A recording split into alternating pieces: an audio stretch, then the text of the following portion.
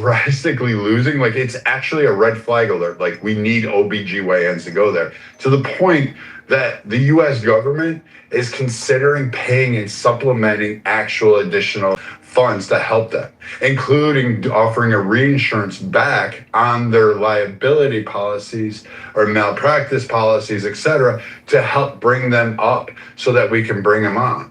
So if we're looking at this and saying, I'm losing primary care physicians, I'm losing OBGYN, I'm losing pediatricians, I don't have the expensive roles that we used to have, I'm losing these specialists, everybody wants to cut. You're going to have to find a way to figure out and fix so many holes first. And that's why I say, Joe, you have to take it in small pieces. You cannot just universally do a single payer will work, because idiots will quote fucking stupid shit from Heritage Foundation and have no idea what they're looking at. And they don't know how the Legos are stacked. They don't know how they interlock, and they don't know how they exchange, and they don't know the finances that exist in there. Yeah, I mean, the doctor shortage is the real thing. And you've got a lot of people now that are going to medical school, but they're not going to be a patient practitioner. They're going into research because they don't have to worry about, all the malpractice insurance. They get high salaries, and they don't have to deal with the bullshit. And can you blame them? And we also don't create enough doctors. And we don't have enough medical schools. And we make it very hard for someone to become a doctor. That's a bad thing. And then for the nurses, we make them to go to a 4-year degree. They don't need that. They could do this through certification. We could have a lot more nurses if we didn't have this Byzantine education system to create them. I mean, it's unnecessary, and it hurts all of us. It does. And I mean, like right now we're trying to work with FQHCs. These are a variety of facility-based programs. They're called federally qualified health centers, and it's like basically a community-based clinic that gets federal funding to provide care in underserved areas. And this is a major program that's been rolling out, which is why the cut to Medicaid really doesn't fucking matter, because we put these areas and these centers in these more impoverished or more difficult to reach areas. And what we do is we fund it to we use a massive scale of funds to do this. And they treat everybody regardless of insurance status, whether they can pay or unpay. And when they use a sliding scale. So basically it's all set on what you make and what you're able to have, and if you qualify or don't qualify. And so we've been dumping money into these FQHCs for a long time, and they've built up, and they're all over the country. There's some in prominent areas you wouldn't even understand. You don't even know which one of these are it.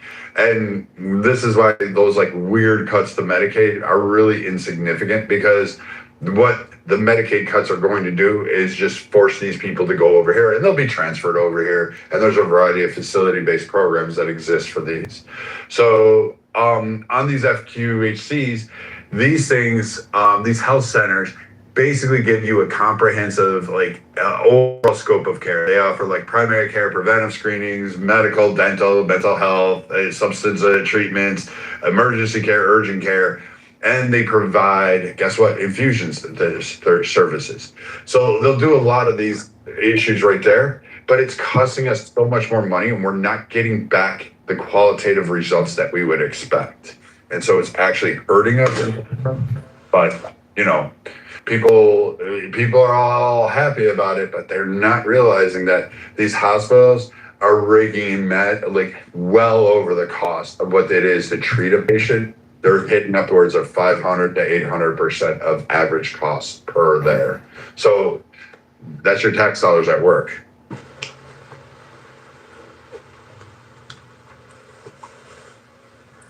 This is a good conversation. I think we've exhausted it by now, but I think it's a very good conversation. The odd thing is we never even really covered massive scope, like the tip of the iceberg. And I wish Hagup was with me. I'll do a room with Hagup one day. We'll talk about insurance. So Brad, before you go, you end the topic on this. How does the hospice actually works in this environment? our family having experience with elder people under hospice. Can you tell us how does it work? The hospice. Yeah, like hospice care for Yes, after yes. For palliative care. end of life, or Yeah. Most of the hospice care, like again, is usually well. First off, under the federal system, it's under Medicare Part A. It is covered under Medicaid, and it is covered under almost all the insurance plans out there. I'm trying to think. I don't think Curative does, though. I'd have to look it up. I think like WellMed doesn't, and a couple others don't. But the benefits under the insurance or government plans, they have to meet like the doctor in hospital. At a hospital, like I think it's the director or the hospital itself has to certify that the patient is actually terminally ill. So it's not just a doctor saying, "I'm sorry, there's nothing more." You need that 28-year-old that's driving a Jaguar in top of the hospital to say that your patient or your family member is terminally ill, even though they've never seen the patient, and they'll make their choices, and that's a picky contradiction. You also have to sign away and say, "Hey, I refuse any care that may prolong my life or due to combat conditions that I have." And then you have to focus on comfort care. So you'll move to palliative care, and then you'll move to hospice care towards the end. And then you get the care team that'll do it. So you may get doctors, you'll get aides, you'll get nurses, depending on it. You'll usually get a bed, you'll get medical supplies, you'll get the drugs. You'll definitely get a lot of morphine and some of those. You may even get short like inpatient care if it's like a really brutal and a large amount. So like if you're in a lot of pain and you need a constant infusion of morphine or an additional drugs, they may just have you come into the hospital and that would be covered under it. But your plan should have covered a majority of those services. It really shouldn't kind of cost you anything, because I know like Medicare Part A covers it at 100%. So most of the other insurance carriers are similar. I think they may have a copay or deductible, but they usually waive it for like $1,000 or something along those lines. But it's one of the better services, I would say, Ali. I'm not sure if you're having problems with it or something along those lines. No, thank you for that. No problem. Except I've heard or read somewhere there are tremendous abuses in the hospice program, but I'm just not sure what that would be. So. Oh, you mean the fraud? Oh, yeah. It starts with the drugs. That's where we find the most fraud, where like usually you're supposed to have a care team go and collect that morphine. This is where we found a majority of our problems. The drugs disappeared. And some of them are costly. It's not that much, but generally you see that some of the hospital equipment, it misses from time to time, and the doctors try to overbill. But in the private world, or more the commercial space, you've got specific caps and you've got pre-authorization before payment will be released, so you can't just throw it out there. They're nice. Yeah. Yep. Sorry. I think fraud also happens too, with the overbilling of It's got a lot of life in it. the overbilling of in-home care, right? The nurses that actually do services that actually don't perform the services they're saying they're performing. So that's happening too. Yeah, and I mean, Ali, to your point, like we have like there's a kickback scheme in terms of pushing people into,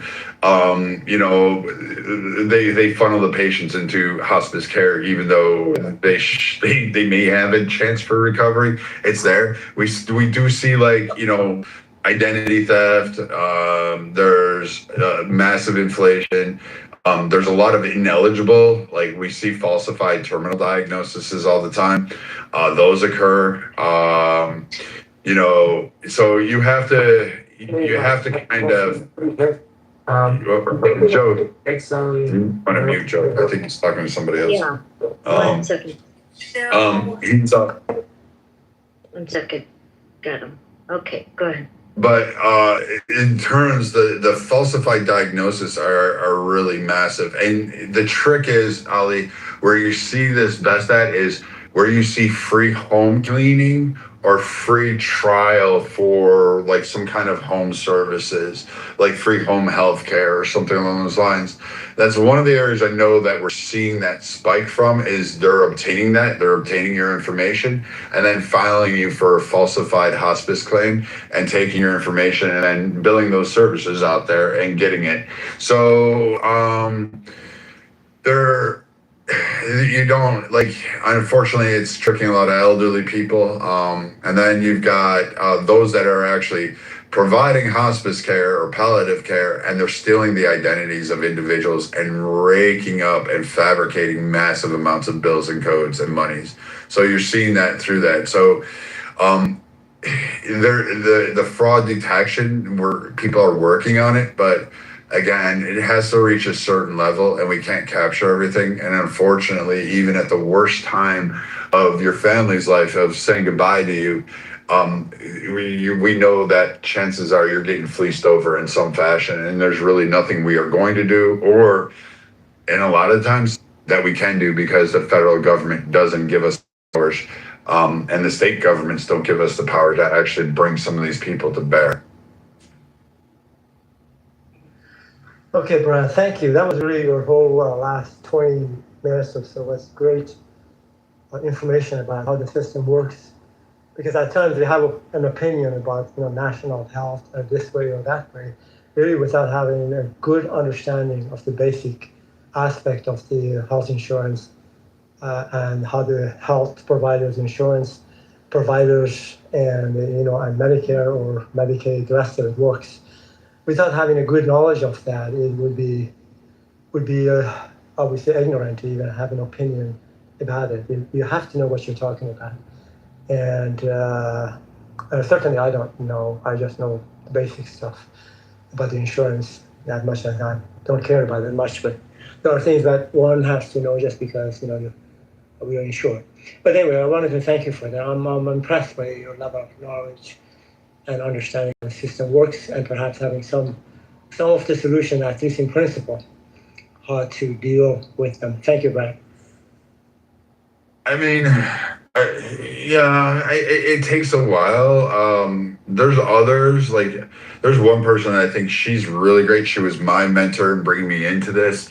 And she's one of the best. She works, coincides for another private entity, and she's contracted by the US government.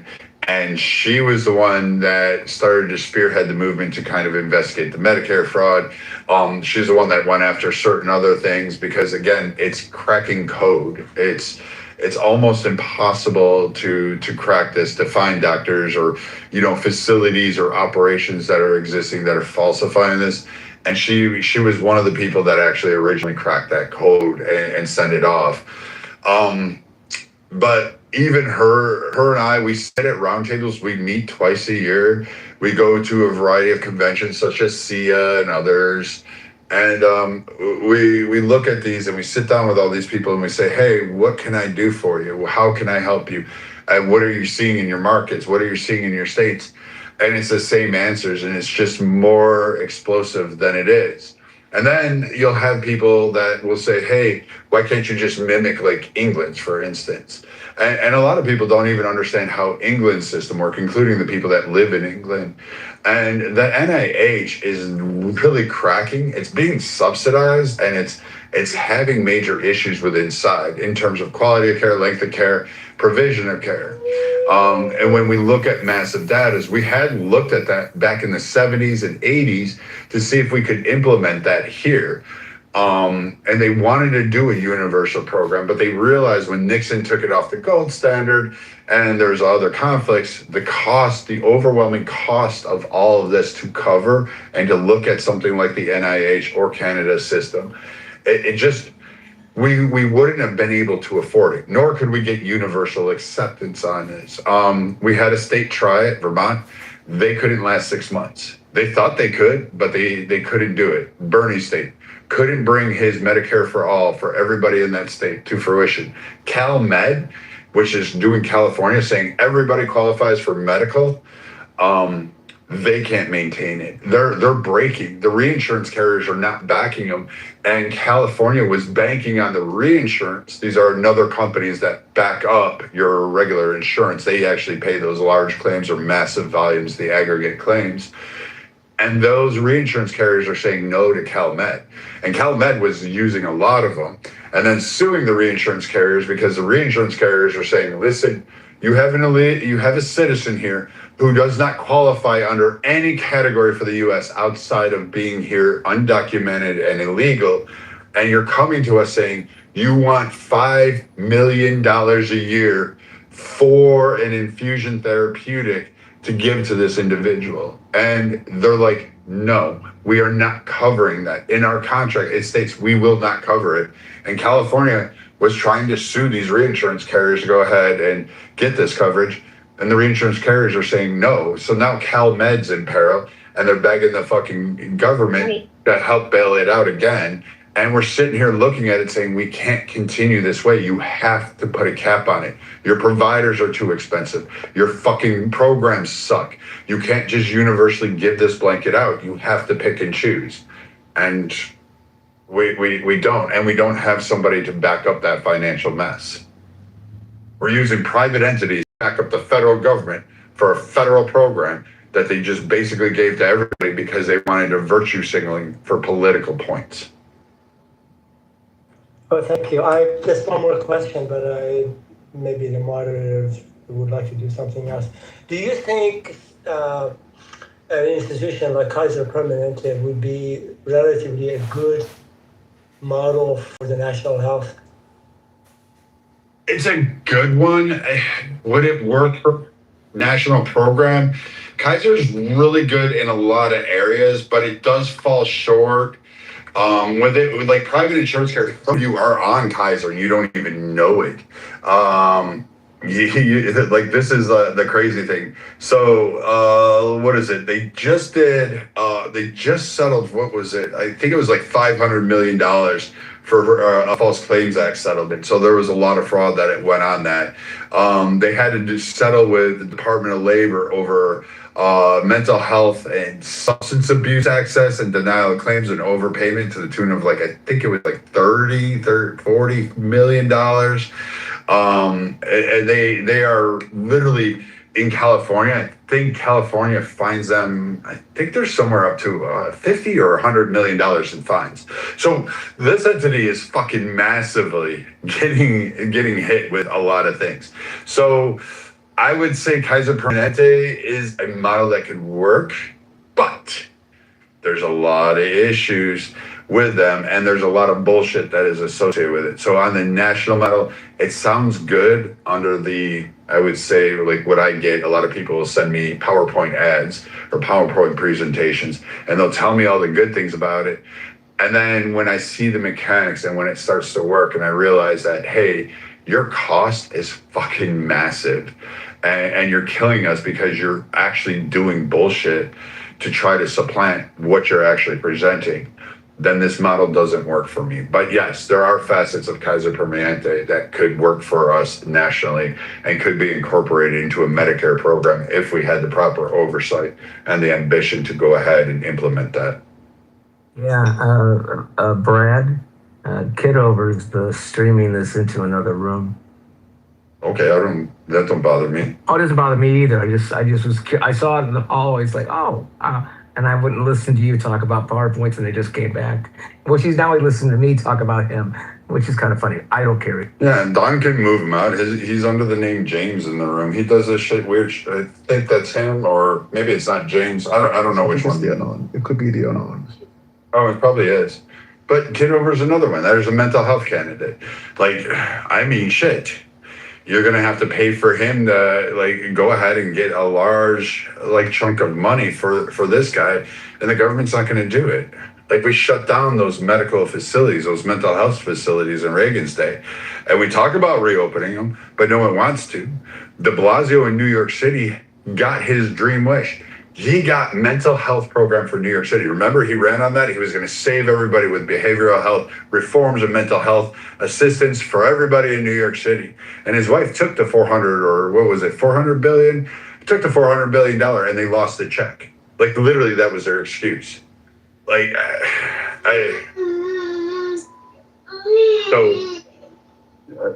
so De Blasio like kind of fucked the people in New York for that. And I mean, I don't know, unless you're wanting to tear it all down and start from scratch, I don't know where you go at this point.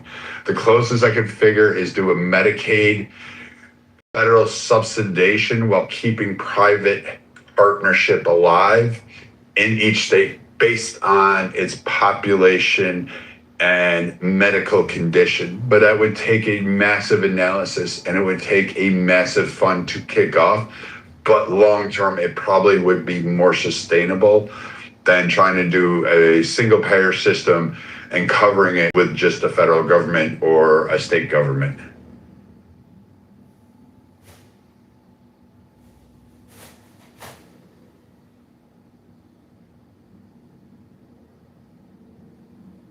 Oh, and Kaz, in terms of your bailouts, the only bailout I agreed with was Aetna. If we didn't bail them out, that would have had so much downstream impact. It would have. That was the one that was the most scariest. I could give a shit less about Ford. I could give a fuck about everything else. That one was the one that actually scared me, which is why I looked at McCain and said he was a twat waffle Elmer Fudd fucker, because he didn't have a solution for Aetna. And that one wasn't just US based. It would have affected, Aetna's one of the BUCAs, like the top 4 insurance carriers in our country. They insure a lot. They have a huge footprint, not just nationally, but globally. And if they would have fell and they couldn't come through on their torts, their claims, etc., we would have been fucked. And those CEOs should have absolutely went to prison. They should have been hung. I would agree with you. I would have started hanging people everywhere from, I don't know, what was the size of the building? 75th floor? I probably would have stopped about the 60th. But then I can tell you, they were the one entity that could not fail. We had to bail them out. Otherwise, our markets would have collapsed. You would have saw a massive shift in medical programs. Hospitals would have went under. Providers would have sank. You would have had other private industries just fucking massively go away. You couldn't. Unfortunately, that entity was the only one that was too big to fail. For me, anyhow. They were the ones that were in the most danger, the most critical need. And they also escaped the most severe. They escaped all punishment for what they did, which is unfair.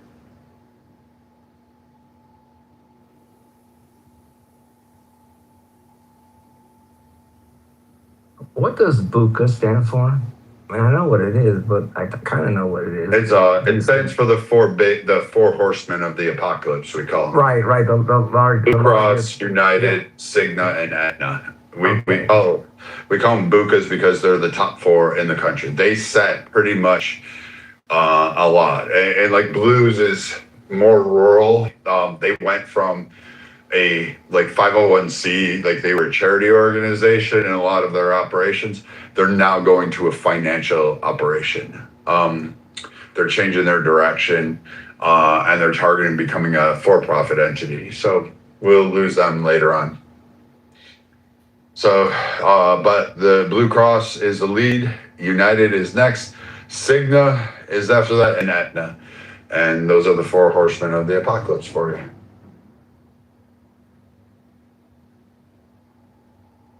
Do you think it would help if people stopped watering their lawns?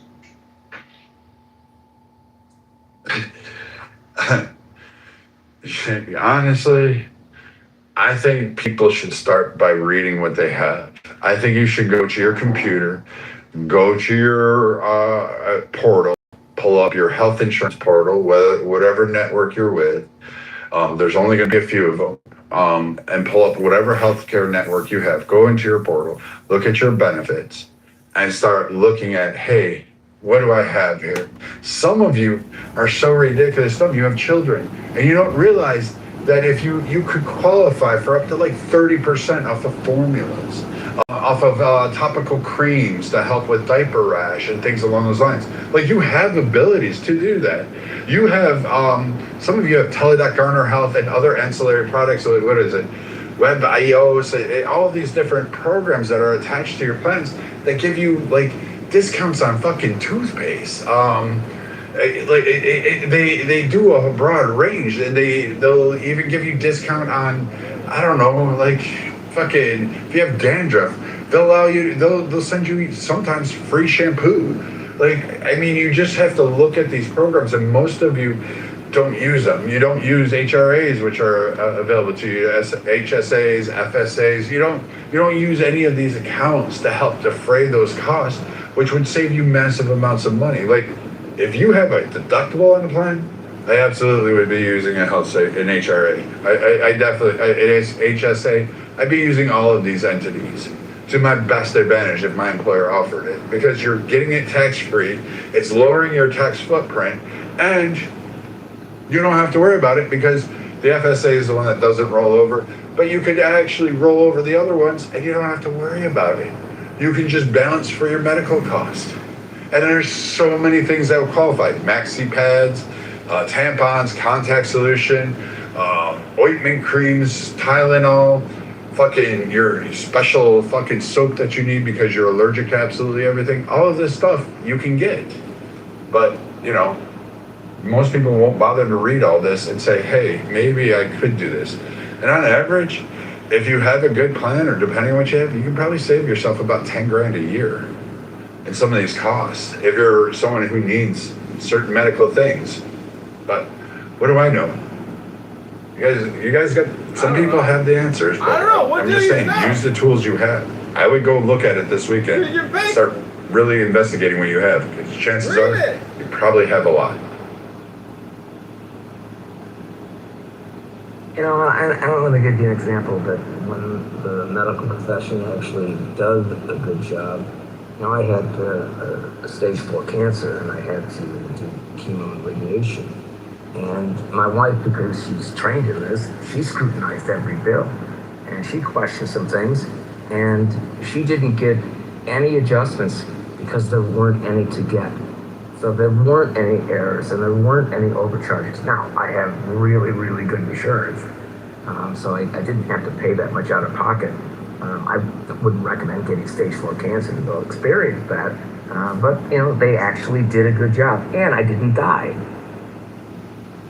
Well, I'm glad you didn't die. Like that's a good thing. Good thing you didn't die, so but we can have this the convo. cancer successes that we Hey! have in this nation, Joe, are astronomical. People are living longer with cancer, and they're beating cancer. Like, we're doing a great job on cancer. People say our healthcare system is just Really? completely 85% garbage, we're down? and they don't Yeah, actually yeah, break down. Like, yeah. we're #1 in the world with trauma. Hello? Like, we don't have as many murders, and I'm going to tell you guys, it's not for a lack of violence or people attempting to kill each other. We just have fucking shit hot ER docs. Like, they are fucking good. We have shit hot paramedics. They have tools they didn't have in the 80s. They have tools that they didn't have in the 70s. These guys are fucking better, quicker, faster. We have mercy flights. We have an array of tools, and our trauma docs are shit hot. They are so good. They're the best in the world. If we had a plague and had to go to war with the rest of the world, I can promise you we're going to win, because we have the best emergency room people in the fucking world. We can patch, plug, and go faster than everybody, and we keep them alive. We do really great with cancers, like amazingly longevity with certain types of cancers. The ones that, like, each country does a little better in some categories, but cancer overall, we're winning on that. We're doing better. Our research is massive. I think it takes too long. You can have your conspiracy theories, but we're doing good with it. We're providing it. Now, of course, it comes at a cost. I have to now care for you, and you need a lot more drugs, and it's much more expensive because of those skills and because of that care. It costs a fortune, and it is what it is. But I'd much rather we pay that fortune to keep you here, Joe, than just to say, you know what, we're just going to give you 2 Motrin and tell you to suck it up, Buttercup. Yeah. I didn't get my care at Johns Hopkins. I got my care at the University of Maryland, and the facility I went to, like going to a fucking country club.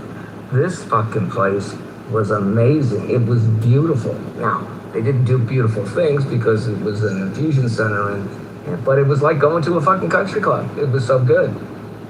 That's the world's first dinosaur wearing a piece of jewelry, and it's not regular jewelry, it's meteorite. Yeah, I mean, and it depends. And is it for everybody? No, I get it. There's different networks and different constraints, and when we find those variances, I can't account for it. I encourage people, every time you see your doctor, if it's a surgery, if it's cancer, if they tell you, hey, you got cancer and it's Tuesday, by Wednesday you should be seeing another doctor. You should get a second opinion, third opinion, even if it costs you out of pocket, because I hate to tell folks this, we're seeing like 15 to 20% in some regions of the country where we go get a second opinion and we're finding out, oh, well, they don't have cancer. Well, why did this doctor do it? And they're like, oh, well, I just assumed it's cancer because I saw it before. Well, dipshit, you were going to send them through fucking toxic drugs. You were going to put them on chemo. You were going to do all this shit and they don't have cancer. Like, what the fuck is wrong with you? And the doctors in the hospitals go, well, misdiagnoses happen all the time. And there's nothing really, there's not a real repercussion for that or anything to kind of take away, because maybe they did miss it. Maybe they misdiagnosed. But having that second and third, I'd recommend it 100 times. The doctor says, I'm going to cut you, I would immediately go ask.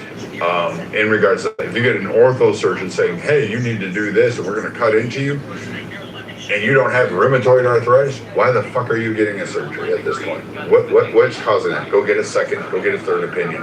Look at alternative care pathways and look at those, because a lot of the times hospitals are really quick to put you on a trend to cut first and then try to rehabilitate you. And sometimes you just may need a different care plan that's more, I guess, cater to your injury or what your condition is, and it might be better. You might just need physical therapy, but just at a longer time, and not have to go through the brutality of a surgery, and then risk that. Black powder pistols. Pretty much this is the ATM's worst nightmare. Let me show you how to fire.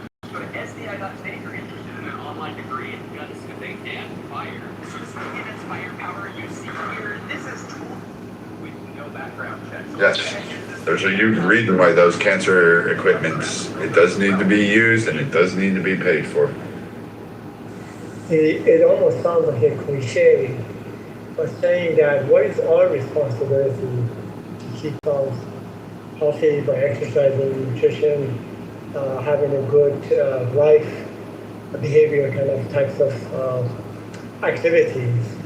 And that part of it goes quite often, people who just, for whatever reason, they just don't do things like, eat well, exercise, get enough sleep, and certainly the responsibility that we have as people to keep ourselves healthy as much as possible is just not there.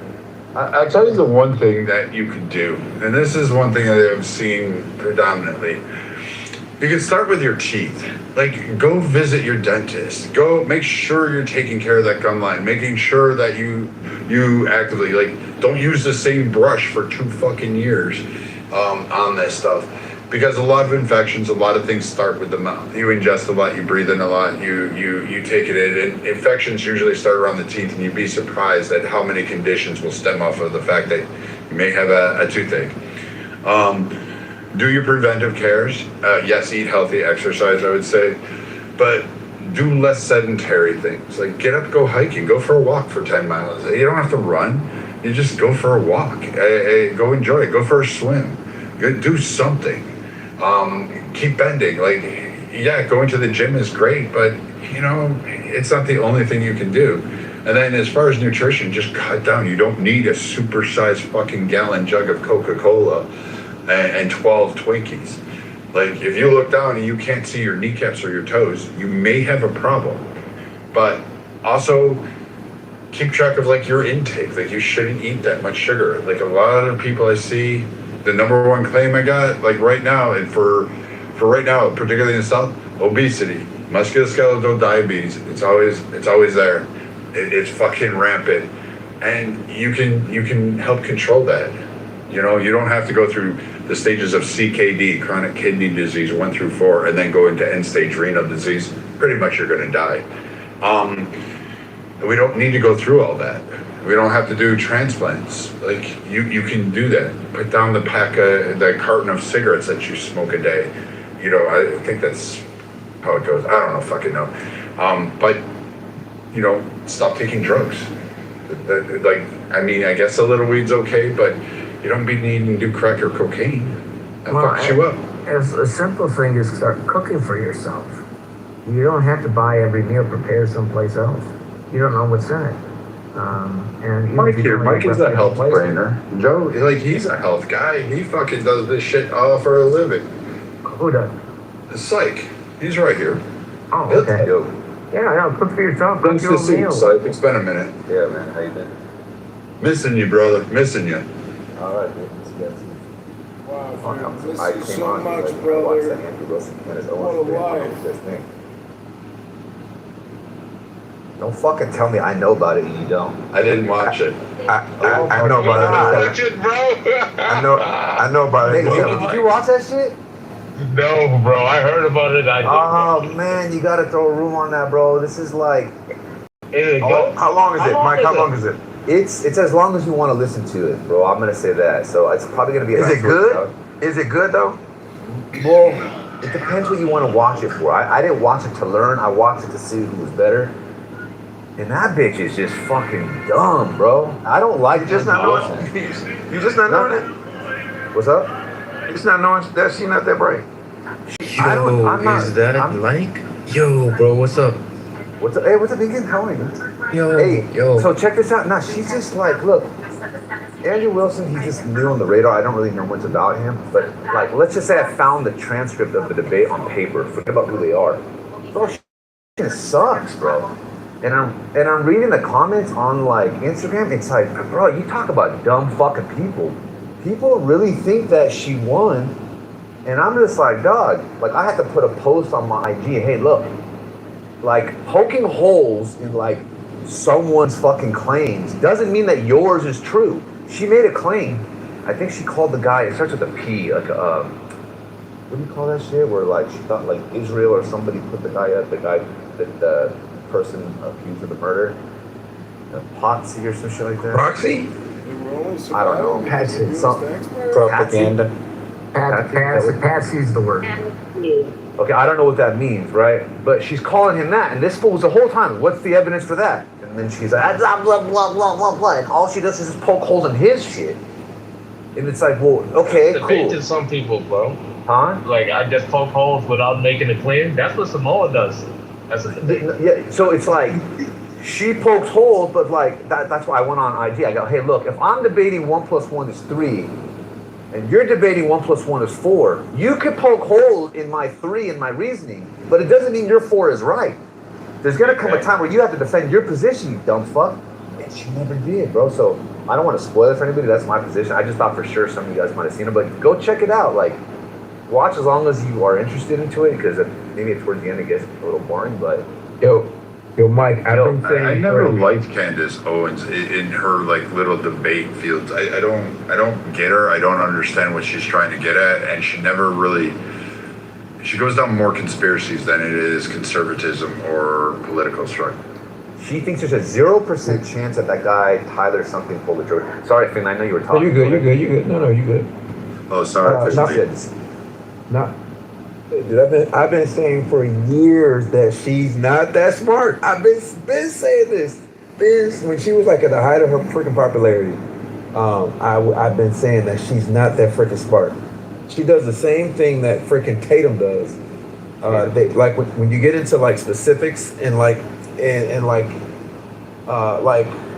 Oh, is that like she pivots the to talking former points. police officer, Tatum something? Yeah. I like that. I hate that dude. I freaking hate that dude too. He's horrible. He's the worst. He's not like the most intellectual, but he's good with it. I think he's good on like Finley, like more like generic topics or like more cultural like things. But when he starts to go to nuanced, deep investigative, like political journalism, I think he's way out of his depth. Exactly. That's the same thing Owens does. Like, because I think that she's good on like the family values, conservatives, like the general stuff. But when you get into like the deep topics, she don't know what the hell she's talking about. She pivots to talking points. I think she's actually only good against college kids who are freshmen and who really think they learned the world through TikTok, but really don't know. What's the guy's name? Tatum something? His name is Officer Brandon Tatum. He was an officer in freaking Arizona. Yeah, but he's so like he's I'm sorry, Joe. I didn't mean to cut you off either. These two like kids are like blah blah blah. One of them's like a white redheaded kid, and then he was like, "Oh, okay, so you're gonna try to tell me about the black experience? You're not black?" She goes, the girl's like, "Yeah, I'm black." And then at some point he goes, "Yeah, who? Which one?" And she goes, "Which one do you think?" He goes, "I don't think any." Basically saying like you're lying. And in that moment, bro, that shit was funny because that kid didn't do anything. It's like it was fucking. He had like a little gotcha moment at that point. So I like him. He's funny. I think Candace is good at one thing: making money for Candace. Yeah. That's weird, bro. She's a weird brain human. I've been saying this Like for how a she while. sees the world. Oh, it's crazy. Yeah, how she sees the world and the positions her brain, like the results that her brain spits out is like, damn, I'm so happy I don't have that brain. She's just wrong. I don't know. I don't get her. The other guys, he's like, he reminds me of what's that guy's name? Fucking Vince Vaughn. Oh God. You know who her debate style is exactly the same, and one of the reasons I don't like it, and Nathan, you're gonna hate me for this, but you can't argue against it. It's Monica. It's the same style. Oh. I don't think she has a debate style. I think she has. It reminds me of people that just like to be speak and be heard versus people that like to go back and forth. Because when you watch this, like she has all these rules. She's more verbose, and it's about like pointless shit. It's worth listening to, dude. You have to give her credit for having a well-practiced rhetoric. But she says the same thing over and over again. And that's how she gets all the fucking practice. Yeah, I mean, no, she's like a sharp tongue, big one. She speaks. But then you got some. No, I've been working, and so I just wrapped up, and then I was talking to these guys about healthcare or health insurance, and then someone mentioned it earlier and said it was bad, but You mentioned it earlier, too. I'm trying to remember who somebody said it, and they brought it up for a brief second, but like I don't follow, like I don't like what is it, Tucker Carlson. I don't like him. He's another weird person. I like the debates. I missed a good debate, and I just know that like the anticipation to watch it was like building up to where I think the guy paid like $300K for the debate or something like that, right? It's insane. Yeah, so like they offer up a bunch of money and it was going back and forth. So it was more of like I just wanted to see the two different styles, and like the content was not as relevant versus like the approaches, to see somebody on the spot having to defend a position. That's like my favorite thing to do. So Who did she debate? Who was the debate partner?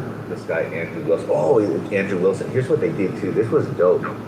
Okay, so Andrew Wilson, he's like this kind of like, you know who he reminds me of? This kind of reminds me of Shamos. Not like, I don't know what Shamos looks like really, but like just stylistically in the sense of like, you know, the women thing and all that kind of stuff. But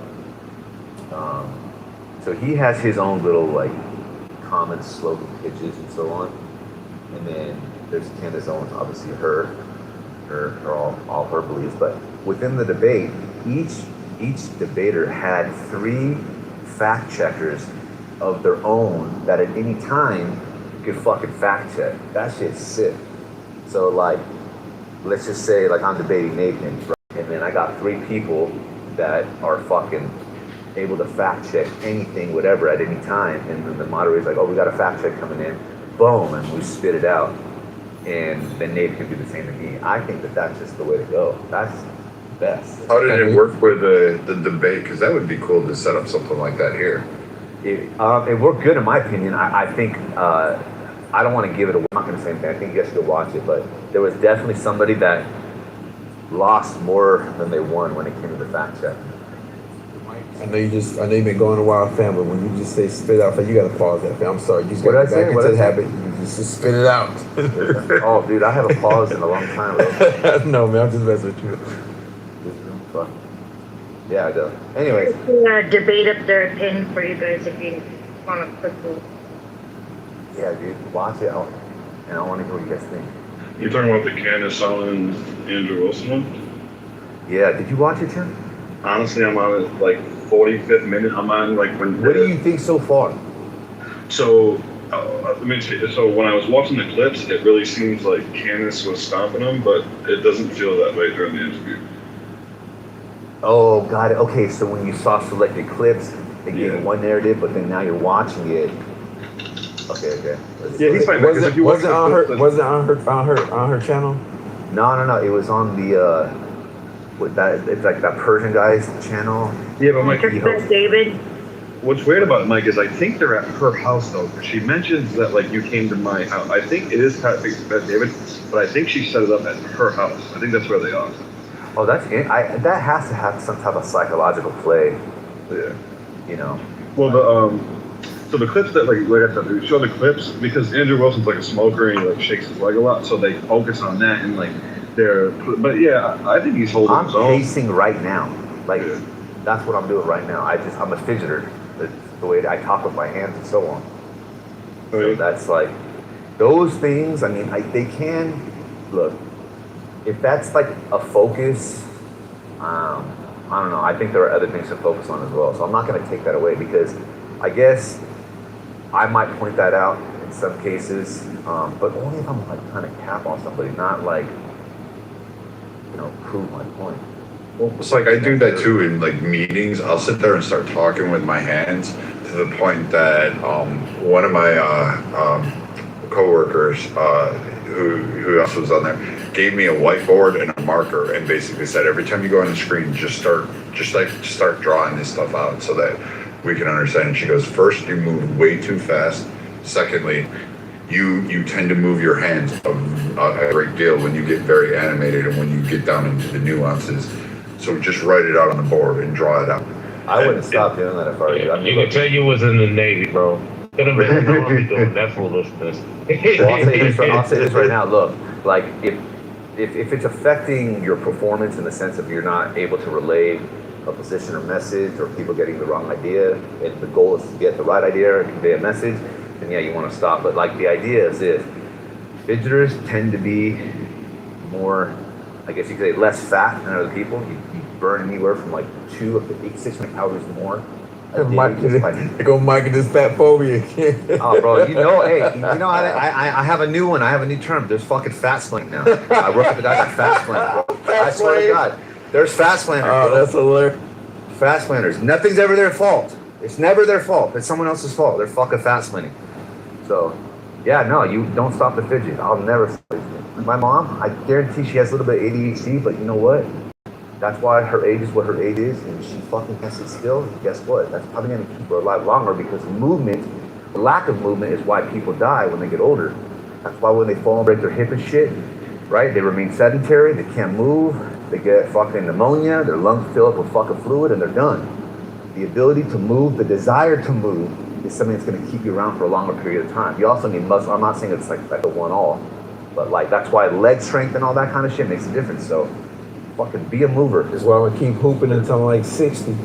Mike, while I was talking in this room, I drew on the whiteboard and I kept the pad while talking about insurance. Like I drew icons and things that I normally associate with certain programs and whatnot. I just drew it all out, and I'm sitting here looking now at my paper, going all the notes and stuff that I took, and I'm like, Jesus Christ, stop doing this shit. Yo, Tim, what you say? I said you'll get. Oh, Mike, I don't. So the only Yeah, when I'm 60. the only real like in the beginning, right in the first 5 minutes, Cannon gets him with that gotcha. You said you were a sniper. He says I didn't, but his wife said he did. Other than that, there's no real like gotchas. It really feels like both of them. So look. So here's okay. I hear what you're saying. I think there were moments where she's like, you didn't even know the 7 charges. Like there's something about that, right? But here's the thing. So she makes the claim. She's saying that the guy is a thing. I forgot the word patsy or some shit like that, right? Patsy. Okay. What exactly does that mean, by the way? Fall guy. You're the guy that's set up to take the blame. Okay. All right. Thank you. So she's calling him that, and the whole time the guy's like, okay, like me, whatever. Now, give your evidence for that, and you get nothing. You know what it clearly is? It's the creationist versus evolution debate. Oh, I'm sorry, not evolution debate. Yeah. So Darwinism. Yeah. So it's really, it should be fucking abiogenesis, right? So the thing is this, is that they feel, the creationists commonly feel that if they prove evolution wrong, therefore creationism is right. It's like, no. Okay, let's just say you debunked that model. You did it clearly. Now you have to climb your own mountain. Let's see it. Take me through it. Just because you prove my shit wrong doesn't mean you prove it right. Yours right. Because we could both be Mike, wrong. it's worse than that. They're not even proving it wrong. They're saying that, hey, I can show you how you could be skeptical about your position. Yes, You exactly. can be skeptical about anything. That's Exactly. the Yeah, thing. exactly. No, that's a great point. That's exactly right. So it's like, dude, what about your shit now? And I'll be honest with you, I was waiting. I'm like, okay, well, this is the time. And it's like, Yeah, she gave. I got enough. The other thing too is, if you know, I don't know. So I actually got. I got 45 minutes left. I thought I wanted to do more, but only his team puts clips in. I don't know if you noticed that. Only his team calls out clips like, hey, and it's all her like, did you say that she and she says certain things like, I forget how she says it, but I can't see how Erica Kirk isn't complicit in something and blah blah blah. But his team is the only one putting out videos, which I thought was telling in a sense, trying to catch. So do you think it's more marketable, those of you seeing it? Because what I'm going to hear in my side or my circles on the conservative side is how great Candace Owens did. And I promise you, there's going to be a certain person that comes into this room and says, listen to, did you see this? This is so great and blah, blah, blah. And she destroyed it. And you'll hear it from like Samoa and stuff. I don't think Candace Owens is really a great representative of conservatism. But do you think it was she got the shots in that make, because Tim, you said through the clips you saw you looked like she was packing up. Do you think she was being more performative to get those individual 30-second clips? I don't know. He calls it out a lot. There's a lot of inference made by her. She had nothing, bro. Yeah. She talks about other things. She explained it like this, like it's more like a lot of meta shit. Me and you are debating, Brad, and you start questioning. Look, Brad. I'm not going to sit here and allow this to be an interrogation, right? You can't sit here and start talking like that. It's like, and like, I don't know, man. It's just, it's her glass is empty, bro. She had nothing. Like, you know, maybe the sniper thing, that was kind of stupid. Oh, you know what that she said? Actually, Mike, that I said, okay, a little cause for pause. Because I actually think Andrew Wilson did good. Is when he questioned her sources, and then she was like, well, I showed a picture that no one else saw, and so people think my sources are good. And she named like 3 things that she got from her sources. You know what? I thought about that too, and I noticed he didn't push back. Yeah. But the reason why, because it's pushing back would take a chance. It could be the case that you verify that after the fact. So that's one of those things where if you gamble and lose, it makes you look bad as a gotcha moment. Not that she drove her point home, right? Just to show like, I got you. But it could be the case that those pictures were just common things. Like when they were talking about the 211 something where she was talking about the hearsay rule. Yeah, like the Utah hearsay rule that she completely, that's where I don't really understand what she's saying because it doesn't make sense. Was saying, look, what she did was she conflated that whole thing basically. She like said, hey, look, the whole hearing or most of it was based off of that. It's all hearsay. And then she cites the rule and then it's like, no. Pay attention. That's I guess you could say, type of hearing allows hearsay, but it's not necessarily the case. The whole thing is based off of hearsay. So then it's like when you go through a series of things, it's like DNA is not hearsay, right? So, and then they talk about the text messages and so on. I don't know. To me, it was like, What about the bag thing? They didn't go too deep into it, but they gave the backpack back because they didn't suspect Erica or the yeah, guy. I think what he said. And I knew a guy who died in high school. It was a party situation, and there was some confusion as to which boat he was going on. He jumped off one boat to go to another, but the other boat left, so he just sort of got left out there, and he drowned. And he was a very athletic guy. I mean, it's sad. Like when alcohol's involved, these kinds of things do happen. There's a lot of moving parts. You know, it's super late, early in the morning. Accidents happen. I mean, you know, I'm from Florida. Like, people slip and fall, hit their head on a freaking dock, drunk, and they die. I knew another guy that died like that. I mean, it's crazy. And so him being athletic doesn't say much to me, because these accidents happen all the time like this. And there were 300 people on that island at one point. I mean, there was a lot of people. So it sounds like it was a pretty fun, wild party. But yeah, it'll be interesting to see. I don't know. I don't see enough here to make me think that these boys deserve to be getting death threats for any any reason. It seems like they all truly loved him. It seems like he was a very well-loved guy. I don't see any motive here, you know, unless there was some sort of altercation. And like you said, you know, were they drunk? Did something? But I just don't see that so far. So we'll see. But those are my. I think that what strikes me though is the inconsistency, like in terms of why I believe that, you know, there was some foul play. There's inconsistencies in the story, and I listened to the interview. One of them. I haven't followed the case, you know, completely like that. I'm like, I have shit to do. But it's very weird to me, because I think when you're innocent and you're telling the truth, things are very, very clear. When you're lying, you know, and I'm somebody who's done my fair share of lying, things can be, although I think I'm probably a better liar than these people, it's a lot more difficult to, you know, maintain, you know, especially when you're recalling certain events and certain things. It gets a little bit murky, first of all. Second of all, there wasn't an argument there, because he had mentioned there was some audio about him and him telling somebody to give back his phone.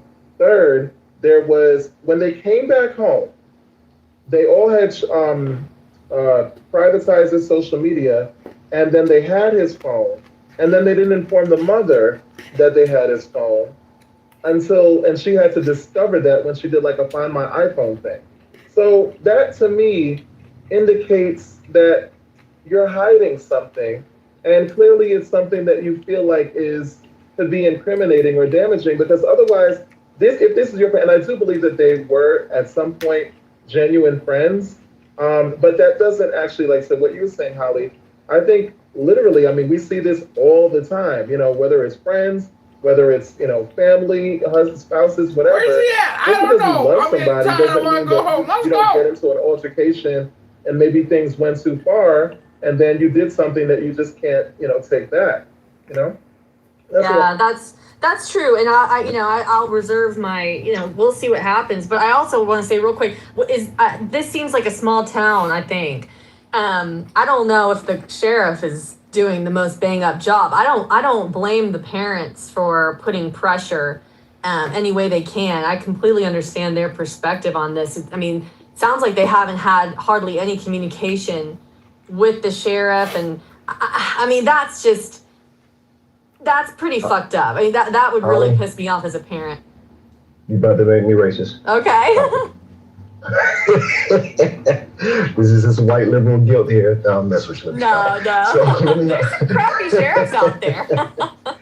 Well, that is true. So here's this, just to catch you guys up, some of this stuff be redundant, particularly to the Thunder. She's still here? Oh, okay, she's still here. So she heard this many times because I said this. So disagree with a lot of what you said, JJ. Here we go. So firstly, the boys left him not abandoned on the island because he wanted to speak to the girl. Now, based on what Ann just said, I'm sorry, Holly just said, which actually stands out a bit, that there's a possibility that after they hooked up, he went to his boat and the boat was gone, and then he can go catch her because her boat is gone and now he's stranded. That's possible. So far, I don't know if that's the case, but it seems that they left him there with her because he wanted to be left alone according to what was being requested. Now, Javon Williams and Traceman Shepard, they both said they also left their phones on the boat based on what was happening. By the way, that video of somebody arguing, that was Traceman. He'd been interviewed on TMZ after that video came out. He said that was him. So it wasn't Nolan arguing by the phone. It was him arguing with someone. I don't think it was by the phone. I can't remember what it was about, but it was some trivia. It wasn't that super serious. So he talked about that. He spoke on Officer Tatum's interview as well as the other boys. Javon hadn't spoke to Tatum, but he spoke to TMZ. So long story short, they left their phones. That was kind of a normal thing because people couldn't, dock up on the island. So people typically would get out and walk or take little boats, whatever, to get to the island because there was no docking pier or nothing like that. Anyhow, so they got back to the shore or to their spot. They was getting their phones off the boat. Whose phone is this? That's Nolan's phone. Where's Nolan? So they started looking for Nolan. They couldn't call him. They got his phone, plus he's on the island, presumably, so there's no way to get in touch with him. So they looked for him. They couldn't find him. That's when they alerted the authorities. Supposedly went back to the island looking for him. And of course, they didn't have the parent information. It's Nolan's phone is locked. So the whole idea about them getting the phone and erasing stuff is definitely a problem, which is going to be the last point I'm going to make because I'm going to tell you why it's such a big problem.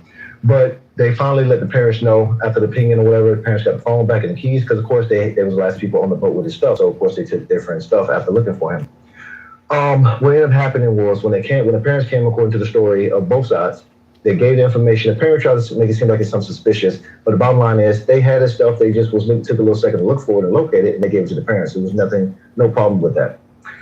As of now, because a lot of points to be made, but I'm kind of jumping in a lot of stuff that shit. Yeah, but How you doing? I had a call. I had a call. What's up? Nothing much. I just want to say. Yeah, I just to the police. So what? Katie I told a just different want- story to the police. Who told a different story to the police? Katie, the girl that they claimed that he stayed with, she told the police that he left with his original friends, that he didn't leave with her, that she wouldn't. No, that's a consistent story. Think about it. He told his boys to leave him with the girl. So he went to the girl. And then when he left the girl, he was going home. That's not a contradiction. That's what I'm saying. There's two different stories that are two different paths. If he left with the boy, then that means that her story was right. That he No, did leave with his think about friends. it. If he didn't, then she's lying. No, I think he misunderstood the story. When he left her, he told her he was going to live with his friends. He never made it back with his friends. No, I get what you're saying, but I'm to- saying that Katie, Okay. right? I'm saying Katie, being that she was the person that the kids said that he was with Katie. That's what Warren said. He was with Katie. But Katie's saying that they spoke briefly. It wasn't that long. And that she went on her boat and that he said he was going to go with his original friends, which conflicts their story if they're trying to say that they let him. He thought they were still No, there. that's not a conflict. He thought they were Yeah. still, he thought he could catch that boat. No, that's He no. I could get what that's not you guys are conflict. saying in theory, but I'm just telling you that there's two different statements. Those aren't different. For what happened. Yeah, I'm saying it's in the story consistent. for We're the trying to- ending closing portion of the So, story. Free, can I ask a question? So, I mean. Yeah, I was trying to wrap my thing up, but go ahead, bro. Sure. Yeah, so I mean, when we look at the greater context of this case, I'm not understanding the outrage. This was a holiday weekend during holiday times, festivities were going on. I mean, when you look at emergency response, policing, law and order, and search and rescue, they had their priorities divided between America just existing. So I don't think that there was some grand conspiracy based on the color of this person. Or any sort of outside identity politics that affected the response of people searching for this young man. Secondly, the other thing that I feel like a lot of people need to take into context is while this young man was heavily intoxicated and getting his party on, so were the other witnesses and the people around them. I think that the biggest takeaway is this is why there's a drinking age. And when you're relying on a bunch of 18 to 20-year-olds to tell you what was going on in the midst of chaos and related to a criminal investigation while they were trying to get their party on, I don't think that you're going to get very many consistent sides of the story. Now, what I'm more interested in is there any sort of indication that there perhaps could be some sort of foul play? Were there any circumstances that people can consistently agree on beyond just speculation and just people insinuating the way that people live their lives? So what are we doing? No, because we're waiting for the. What is it doing? Just another. Right, and this is just another instance, and this is just another instance where Black people and specifically Black America have their priorities misplaced about talking about some stupid ass shit and the details of some dumb ass shit as opposed to shit that we actually need to be worried about. I agree, and that's what I was going to say. So as of now, let me finish this point too. I want to address your thing. I think me and Holly are both saying that the story was consistent. That he told, according to the boys, he left them to hang with her. He made it to her and said, "Hey, I'm going back with my boys." He didn't make it back to his boys. That's not a conflicting story. It's consistent, right? So far, it confirms that the boys were telling the truth about him leaving them and making it to her, because they wouldn't know because they wasn't with him when he was with her. So if he made it to her, that confirms that what they heard was the truth. Or at least what they reported that they heard was the truth. Anyhow, the elephant in the room to me, so I'm going to get to this while I go into all the details. The elephant in the room to me is the issue that the mother so far has not been cooperative with the law enforcement. I hope Jay is still here. Because so far they haven't reviewed phones. She was the first one to come out with this story that stuff was deleted off the phone. No one has reviewed the phone, maybe not even allegedly her, but at very least her. So after a month and some change, they haven't even done the investigation on the phone to check that out. That she haven't turned it over, she hasn't been cooperative. That's kind of the big story right now, the latest on this case. Okay, that's one thing. Secondly, what points a big red flag to me, everyone has talked to the boys. Well, let me not say everyone. Everyone can talk to the boys, but the person who hasn't spoke to the boys is her. She hasn't got anybody on her side speaking to these boys. The boys who last saw him alive, or one of the last people who saw him alive. So to me, Jay, and anybody else who think the boys are guilty of something, there's some malice on their behalf, I'm curious why no one is scrutinizing the mother and why she's acting weird. So right now she's working on a Netflix deal with the story. Look that up. Nolan Wells, Netflix. They're working on a documentary. She hired Ben Crump right off the rip. Immediately before anything was discovered, she hired him the first day, the same day, which is insane. So just all this stuff looks suspicious on her behalf because it doesn't seem like she's trying to get to the bottom of what happened to her child. It seems like she's trying to capitalize on the shit. For her own personal gain. She's a grieving mother. You know how many people start as foundations and start. And the fathers, she's a grieving because mother. In my opinion, they're just trying to find out what happened, and so but why would they talk to the people who was with their child? Because they're in Mississippi, and because of Mississippi reputation, and the fact that they were told that it was what they say, no foul play. They kept saying that multiple times, and that they just want to know what happened to their son. Why? But Myla, if they want to know, why would they not talk to the people? But think about it. I'm telling you why. You didn't speak to anyone who spoke to your son last. You're not even inquiring about them. That's number one. Secondly, you wouldn't turn it over to the police to let them know. She could back the phone up. She could release certain things from the phone that shows the data being deleted. She could do anything. She hasn't done that. She just made accusations, and right now she's not making it clear for them to find out what actually happened. So if she gave her shit, she would at least let someone help her get to the bottom of it. But so far, you got a civil activist boy who's only looking for money. She's only stated that thing. She stated that she's concerned about the fact that the last person who saw her son, and she's concerned about the details surrounding after that. That's why I stated that last detail who saw her first is the really big issue there. If it was either Katie or it was why is she not complying with the police then? Why is she not complying with the police? Because apparently I'm saying that she doesn't. She's not trying to fight for what happened to her son, and I don't want to take that from her. It makes sense that she hired Ben Crump because she wants the story to get out there. You hired Ben Crump but not speak to the people who saw your son last, like he would know, like he would have any information. He's not even trying to speak to them. He can speak to them for her. He ain't even done it.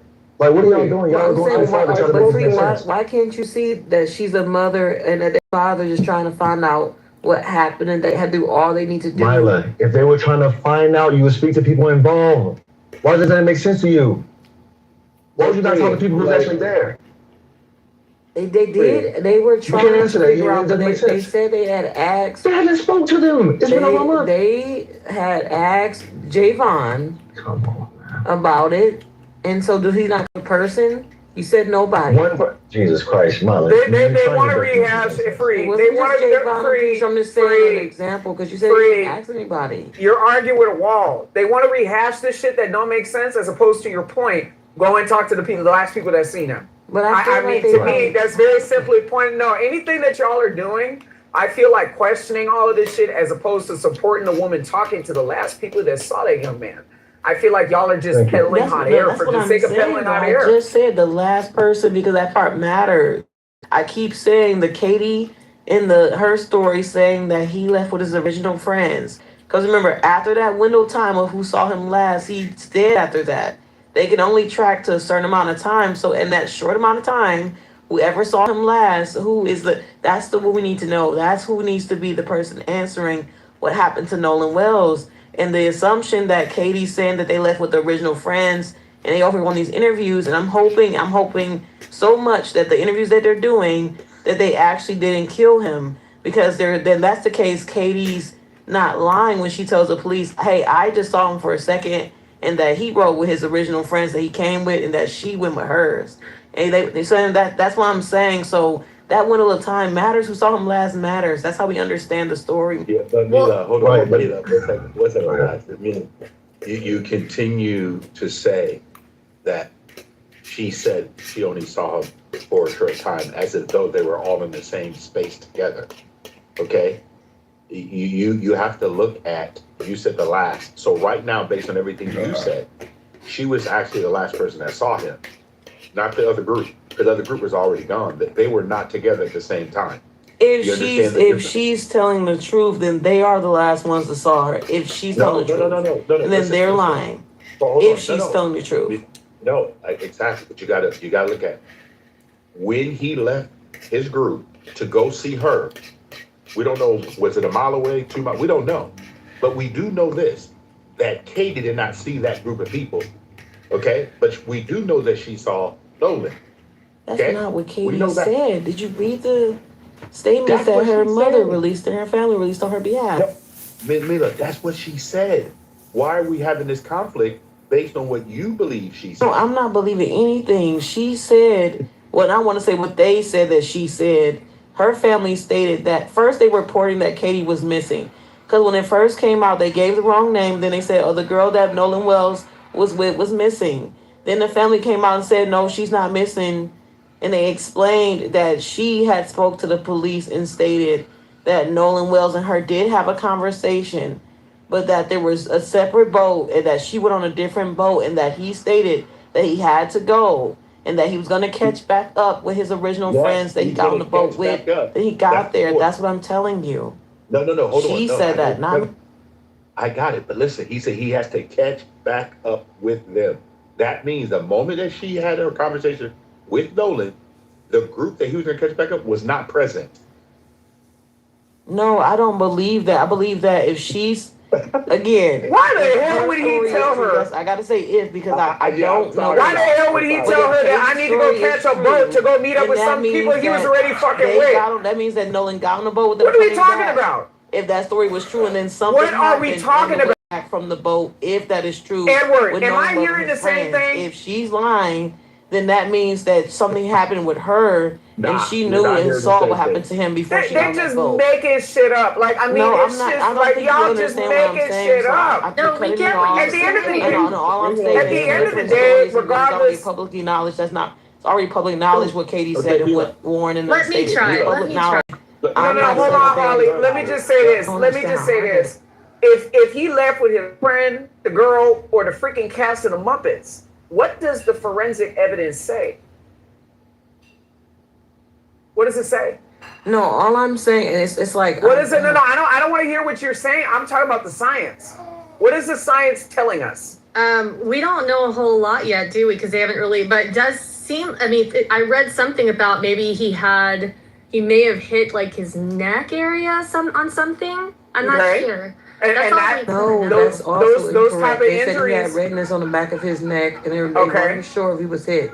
Those, kinda and who knows if he had fell and hit the side of the damn boat being drunk, as he had no business being intoxicated at the age that he was, being very young and inexperienced, consuming alcohol.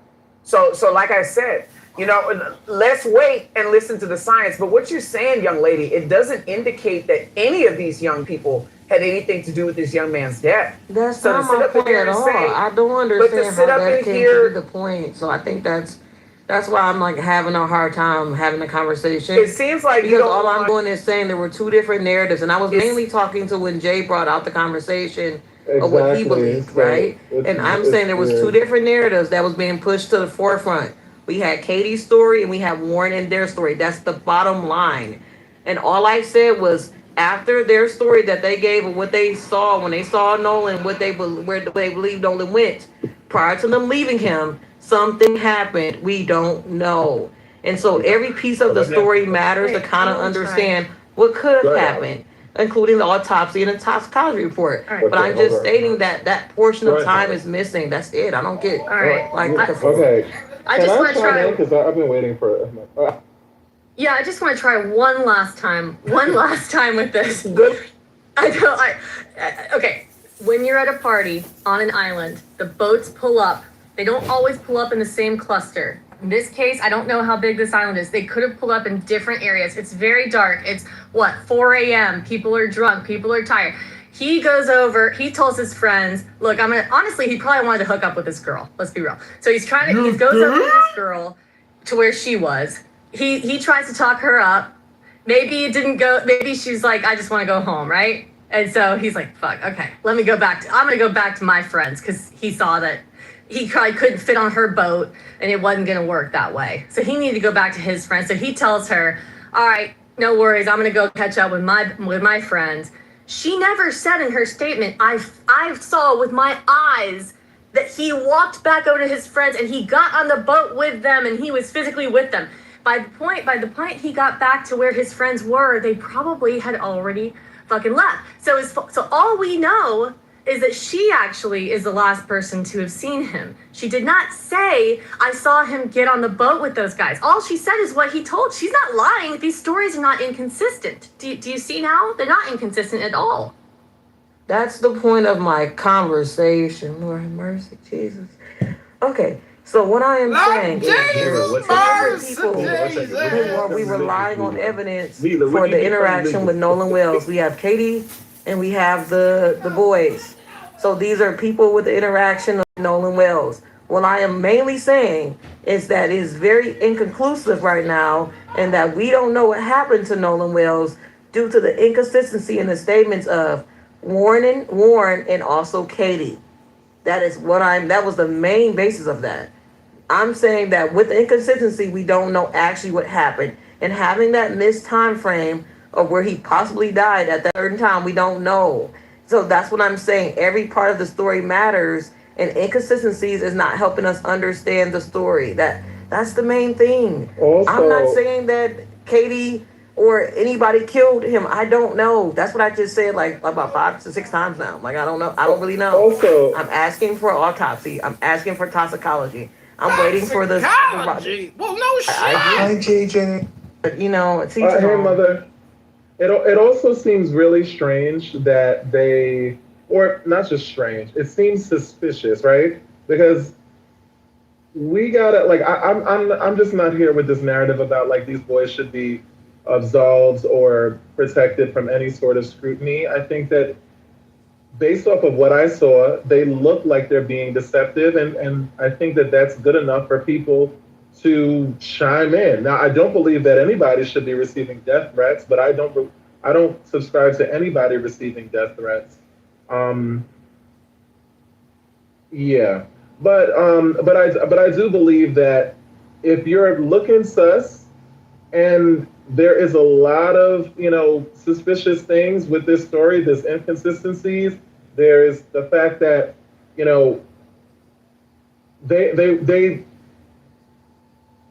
they just look like they lying. And also, why did they privatize their social media?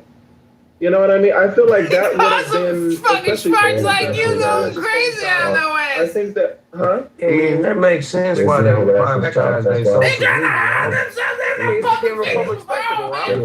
It doesn't matter. When they privatize their social media, that's indicative of somebody trying to be deceptive. I would have, if I was the family of Nolan Wells, JJ, if I was you been one of them, unreasonable, bro. I'm more than likely. It's indicative of somebody not wanting to be harassed by weird people on the internet. Yeah. They're gonna be harassed regardless. Well, they're gonna do what they can do to protect themselves. So I'm not gonna fuck nobody. But actually, if They didn't sign that up was to the be public. intention, I'm talking about. if that was I'm the talking about any intention, case. Because they're not the only ones being harassed on the internet. Exactly. And that if man's that was the family being intention, harassed too. So if that was the intention, then they probably shouldn't have started hiding shit. They look suspicious. So What of were course they they're gonna hiding, be JJ? receiving. They weren't hiding anything. You put this shit on private to avoid being harassed. It hides the shit that's on your profile. Still I'm gonna going be back to the harassed. same. I'm going back And to they the knew that same he was the only viewpoint black person that I had on Carmelo. Now, Ain't nobody I'm looking going at back him. to the same viewpoint, which is I'm going to actually let the law do his job, and hopefully it does its job. Because this is what I'm not gonna do, because I see it on both sides of the argument. We'll take this to make our own points about how we feel about how the justice system works, whether we believe it's fair or unfair. And it's not, I don't think it's unfair for anybody to question whether this shit is foul play. This America. Like, it's a black man on a boat with a bunch of white folks. Y'all can say what y'all want to say. I know it's people that like to play obtuse in these spaces, but yeah, it's gonna be people that feel like, hey man, that's kind of suspect. You feel me? Give it some time though, cause if it do come out that it wasn't no foul play, then we spend a lot of unnecessary energy on trying to ridicule people. And if it come out that it was foul play, I would hope that niggas ain't taking some kind of like secondary, like false vindication. Just let the law play, because this shit ain't finna change how the motherfucking system work. If you think that the system unfair, whether it come out to be foul play or not, this motherfucker still gonna be unfair. That's just how I feel. But we got to, man, I say this, man, with all respect to that young man and respect to his family. We got bigger things to deal with as Americans. Let that family deal with that. Let that city and county, that area deal with that. And let them, because they the people that got to deal with that pain. On both sides of the coin, they got to deal with all of that. So it's easy for us to talk about, but there's plenty of other shit we could be discussing as Americans. Also, it's very important to understand. Let me, JJ, real quick. Okay, So what you're saying? Yeah. So what you're saying, here's the thing about it. There was black people on that boat too, right? So that's that. So it wasn't just like one crowd or one guy around a whole bunch of white people, which isn't a problem, because clearly the goal is to actually find foul play. A lot of us work around white people, live around white people. In many spaces where we're the extreme minority and nothing happens. So this whole like boogeyman conjure about white people being evil and that's why you gotta watch yourselves is just fucking nonsense. I think you should watch yourselves around anybody and protect yourself, because your life is your ultimate responsibility. So that's that. The issue is that we need something to suggest foul play. If they say they found the boy and his eyes was missing, or certain parts was missing, yeah, don't look good, don't sound good. He got scratches and bruises all over him. Anything, any type of indication of malice, some type of hostility, but we don't have that. And after a month and some change of this case, we still don't have it. And we're constantly waiting. Not all of us, but a lot of us are waiting for that confirmation to just, try to move that direction. So I'll say this in short. People like me are going for the evidence where it leads us to. Other people have drawn the conclusion and are looking for evidence to support their conclusion. That's the difference. And no offense to you, JJ, but I think that's where you at. I don't mind saying the boys killed him and there's some malicious towards him. I just need evidence for that. But it seems like, and this is what I'm gonna ask you in short, I know you want to speak, just let me, I'm gonna land on this, so trust me, you got it after this. Are you open to the idea that it could be a potentially accidental death? Like if it comes out that they found no foul play and the autopsy showed that there was no homicidal actions that happened towards this boy, would you accept the fact that this is likely accidental death?